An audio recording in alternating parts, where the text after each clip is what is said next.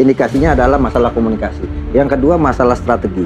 Nah ini mungkin juga saya coba korek-korek ya, analisa dan sebagainya. Strategi maksudnya? Ada pemberitaan di luar negeri kan, di Tuttosport menyatakan bahwa Indonesia cuma fokus fisik dan berlari pemainnya. Nah mungkin ini ada problem dengan pemain-pemain diaspora yang tidak biasa itu. Karena saya begini, saya tonton semua pemain penampilan tim nasional Indonesia, memang pemain-pemain diaspora tidak kuat untuk terus berlari bermain. Tom Hay misalnya, hanya 65 menit, setelah itu ngos-ngosan mukanya merah. Banyak pemain kita main mukanya kan langsung merah dan sebagainya, karena mereka tidak terbiasa dengan bermain dengan physically, pemain-pemain Eropa itu. Itu mungkin salah satunya.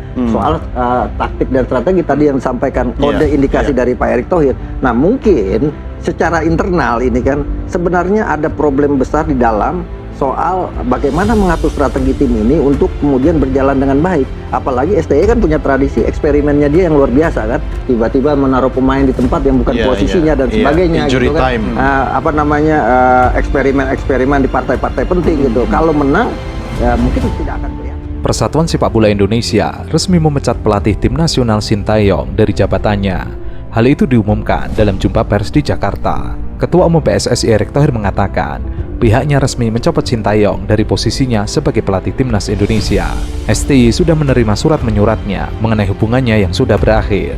Keputusan ini diambil dengan seksama dan tidak tergesa-gesa setelah pihaknya melakukan evaluasi. STY ini adalah orang istimewa yang punya hoki gitu. Dia selalu bisa keluar dari fase-fase terjepit tim nasional Indonesia untuk mendapatkan keberuntungan-keberuntungan yang tidak semua orang dapat. Sebagai contoh misalnya ketika kita Piala Asia awal tahun lalu kan, ini kita kaleidoskop nih.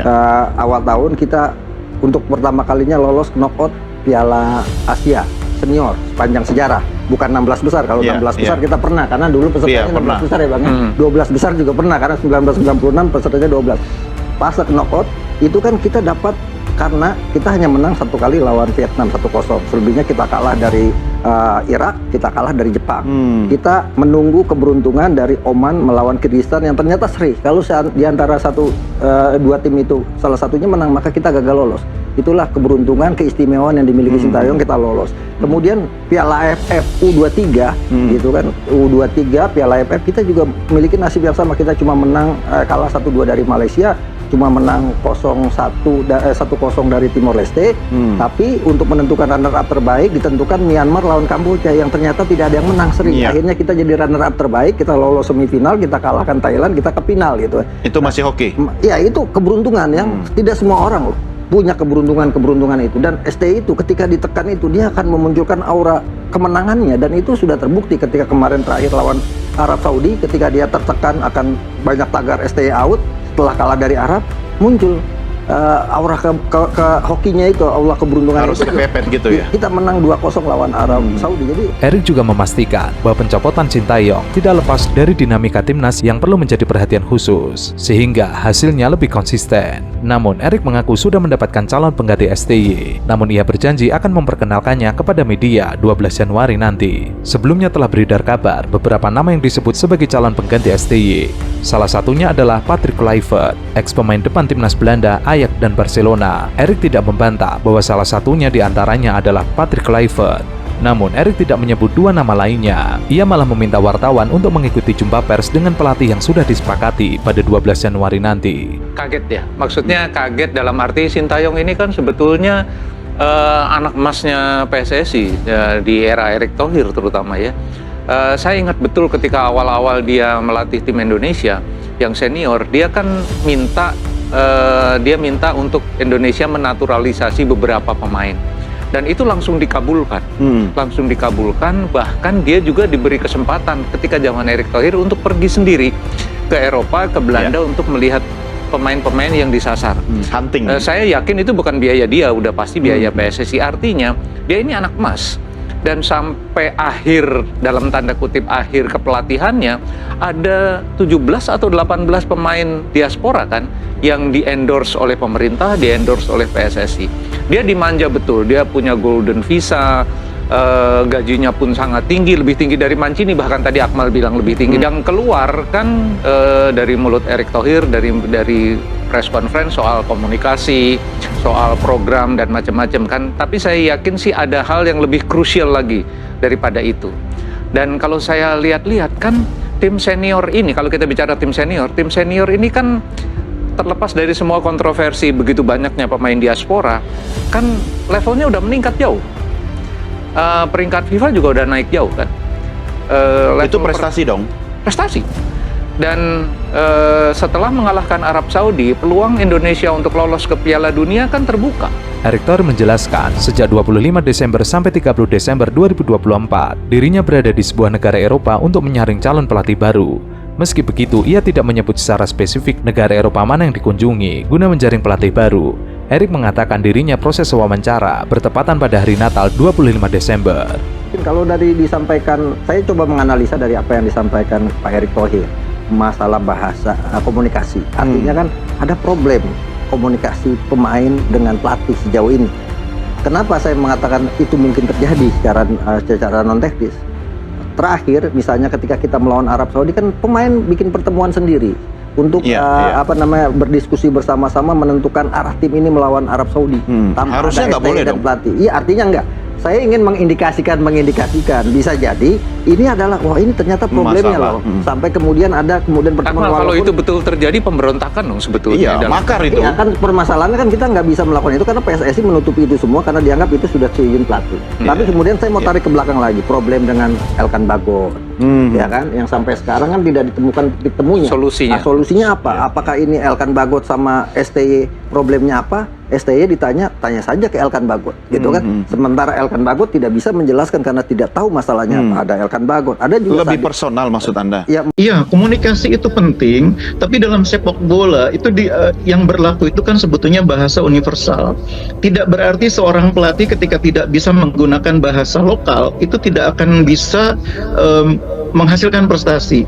Ketika Arab Saudi juara Piala Asia tahun 1988, pelatihnya dari Brasil, Carlos Alberto itu juga nggak bisa berbahasa Arab loh. Tapi timnya bisa juara Piala Asia. Jadi bukan satu-satunya ukuran, bahasa itu mempermudah komunikasi. Tapi sepak bola itu bahasanya juga universal. Setiap pemain bisa memahami komunikasi atau instruksi dari pelatih, tidak harus dengan bahasa yang sama. Persatuan Sepak Bola Indonesia resmi memecat pelatih tim nasional Sintayong dari jabatannya. Hal itu diumumkan dalam jumpa pers di Jakarta. Ketua Umum PSSI Erick Thohir mengatakan, pihaknya resmi mencopot Sintayong dari posisinya sebagai pelatih timnas Indonesia. STY sudah menerima surat menyuratnya mengenai hubungannya yang sudah berakhir. Keputusan ini diambil dengan seksama dan tidak tergesa-gesa setelah pihaknya melakukan evaluasi.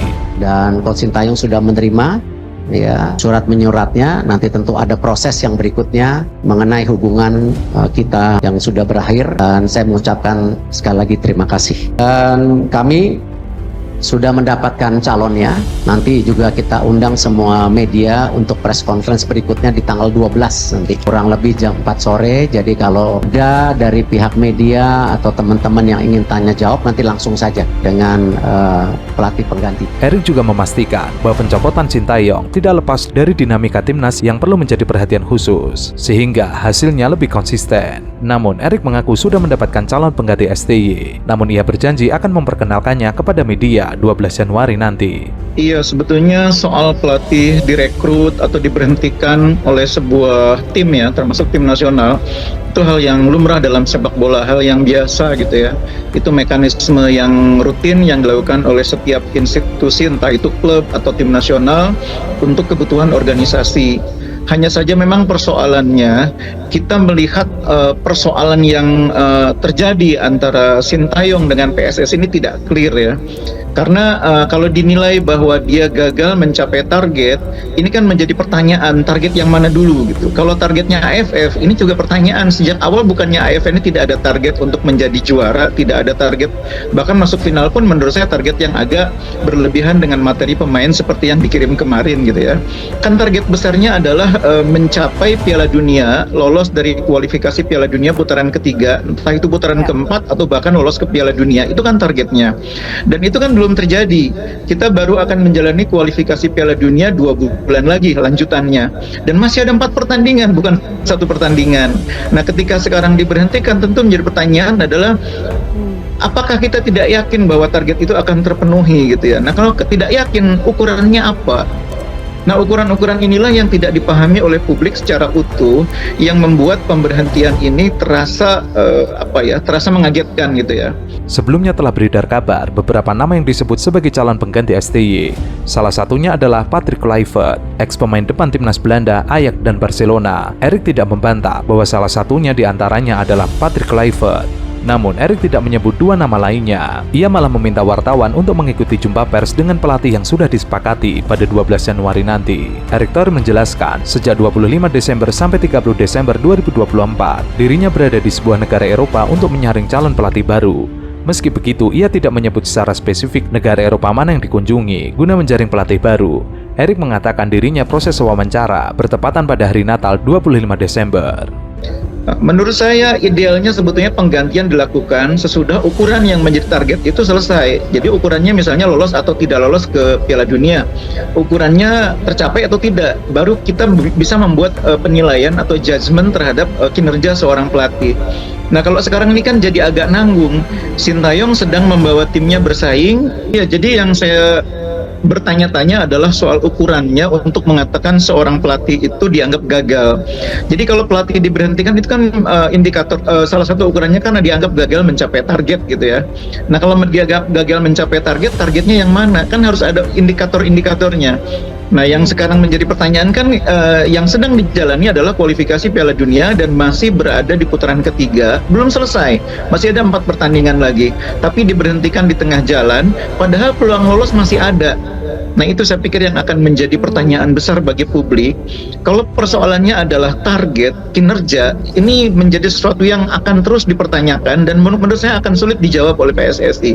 Tapi kalau ukurannya adalah soal komunikasi yang kurang jalan, nah itu mungkin persoalan lain. Cuma masalahnya sesudah hampir 4 tahun dia menangani tim nasional dan sekarang ada persoalan komunikasi, ini juga menjadi masalah. Sintayong udah 4 tahun lebih lah, sejak 2020 lah hitungannya. 4 tahun lah ya. Apakah kita melihat sebuah taktikal yang lain? Bahkan ketika naturalisasi datang seabrek pun, apakah ada taktikal yang lebih dominan, lebih lain? Kan enggak. Jadi selama ini seperti itu aja begitu ya? Iya, makanya saya menyebut jurusnya satu, misalnya dalam bahasa sederhana, bahasa rakyat lah. Lalu saya bilang taktiknya monoton, karena saya lihat begitu aja. Dia kecenderungannya itu senangnya begitu, lebih cenderung defense.